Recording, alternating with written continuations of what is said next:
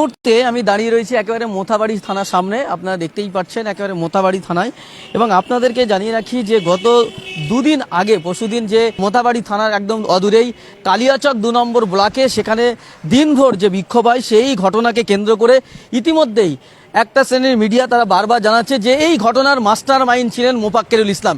কিন্তু এলাকার মানুষদের কাছ থেকে আমরা যা শুনতে পেলাম, যা জানলাম, মোফাক্কেরুল ইসলাম কিন্তু এই কালিয়াচক বিডিও অফিসের সামনে যে বিক্ষোভ বা যে গন্ডগোল হয়েছে সেখানে তিনি উপস্থিতই ছিলেন না, তিনি সেখানে হাজিরই ছিলেন না। কিন্তু মিডিয়া গতকাল থেকে একটা শ্রেণীর মিডিয়া তারা বারবার দেখানোর চেষ্টা করছে যে মোফাক্কেরুল ইসলাম হচ্ছে পুরো গন্ডগোলের মাস্টার মাইন্ড।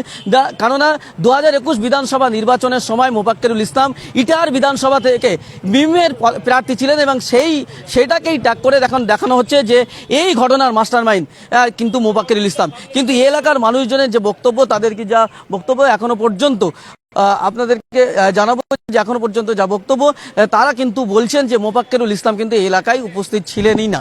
এবং সাথে সাথে এটা আপনাদের আরও জানিয়ে রাখি যে আপনাদের প্রতি মুহূর্তে তো অবশ্যই আপডেট দেবো। মোফাক্কেরুল ইসলাম যেখানে যে ভিডিওটি ভাইরাল হচ্ছে সেটা মূলত কিন্তু সুজাপুরের ভিডিও। মোফাক্কেরুল ইসলাম মূলত যে ভিডিও ভাইরাল হচ্ছে সেই ভিডিওটা একেবারে সোজাপুরের ভিডিও এবং সুজাপুরের ন্যাশনাল হাইওয়ে 12-এ সেখানে কিন্তু বক্তব্য রাখছিলেন মোফাক্কেরুল ইসলাম। পুলিশের পক্ষ থেকে কি বলছেন এটা শোনার চেষ্টা করবো।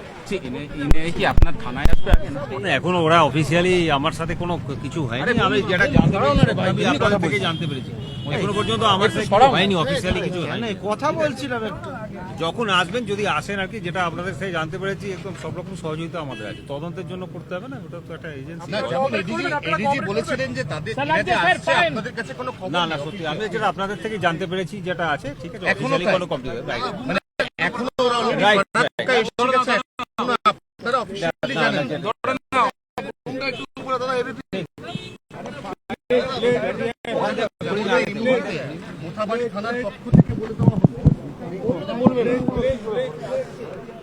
একেবারে আপনাদেরকে জানিয়ে রাখি এখানকার পুলিশ সুপার তিনি জানাচ্ছেন যে যদি এনআইএর পক্ষ থেকে কোনো টিম এখানে এসে পৌঁছায়, এখনো পর্যন্ত আসেনি, যদি এসে পৌঁছায় অবশ্যই তার সঙ্গে কোঅপারেট করবেন, সহযোগিতা করবেন, এমনটাই জানিয়েছেন।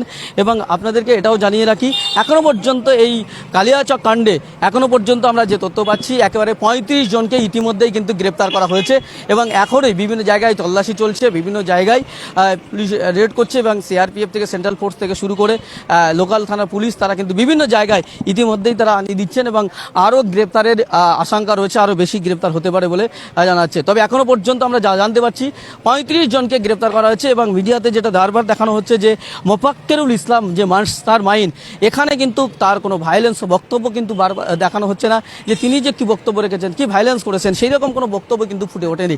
তা তিনি আন্দোলনকে সংহতি জানিয়েছিলেন এবং আন্দোলনের পক্ষে কথা বলেছিলেন, তিনি বলেছিলেন। এবং তাকে যখন আটক করে নিয়ে যাওয়া হয়, সিআইডি আটক করে বাগডোগরা একেবারে এয়ারপোর্ট থেকে, সেখান থেকে তিনি বারবার একটা কথা বলেছিলেন।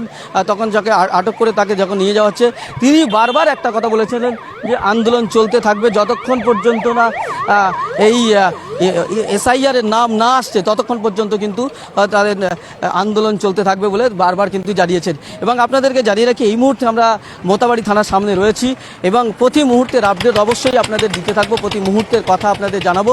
কিন্তু এই পর্যন্ত আপনাদের যে ছবি আপনাদেরকে দেখিয়েছি যে সেখানে মোথাবাড়ির মানুষ যে বক্তব্য, সেখানে কিন্তু মোফাক্কেরুল ইসলাম এখানে কিন্তু উপস্থিত হয়নি এবং কালিয়াচকে উপস্থিত ছিলেন। মিডিয়া থেকে শুরু করে বিভিন্ন জায়গায় বিজেপির আইটি সেল এবং তৃণমূলের আইটি সেল বারবার প্রমাণ করার চেষ্টা করছে এই ঘটনার পিছনে মিম আছে এবং মোফাক্কেরুল ইসলাম হচ্ছে তার মাস্টার মাইন্ড। কিন্তু এই ঘটনায় মোফাক্কেরুল ইসলাম তিনি কিন্তু রাত্রেবেলা তার যে বাড়ি ইটারে, সেই বাড়ি ফেরার পথেই তিনি রাস্তায় ন্যাশনাল হাইওয়ে 12-এ সেখানে কিন্তু তিনি বক্তব্য রেখেছিলেন এবং আশিফা নূর হাসপাতালের সামনেই, এবং সেখানে সেই ছবি আপনাদেরকে ইতিমধ্যেই দেখিয়েছি এবং পুরো আপডেট, প্রতিদিনের আপডেট, প্রতি মুহূর্তের আপডেট, এখানে এনআইএর টিম কখন ঢুকছে, কি বলছে, কোথায় কি আপডেট রয়েছে, আমি প্রতি এলাকার মানুষের কাছে কতজন অ্যারেস্ট হয়েছে, কেন অ্যারেস্ট করেছে, কোথায় কোথায় অ্যারেস্ট হয়েছে, কারা অ্যারেস্ট হচ্ছে তা আপনাদেরকে দেখাবো। ইতিমধ্যেই যে তথ্য আমরা জানতে পারছি কংগ্রেসের পক্ষ থেকে দাবি করা হচ্ছে যে বিরোধীদেরকে বাছাই করে করে বিরোধীদেরকে আটক করা হচ্ছে, গ্রেপ্তার করা হচ্ছে।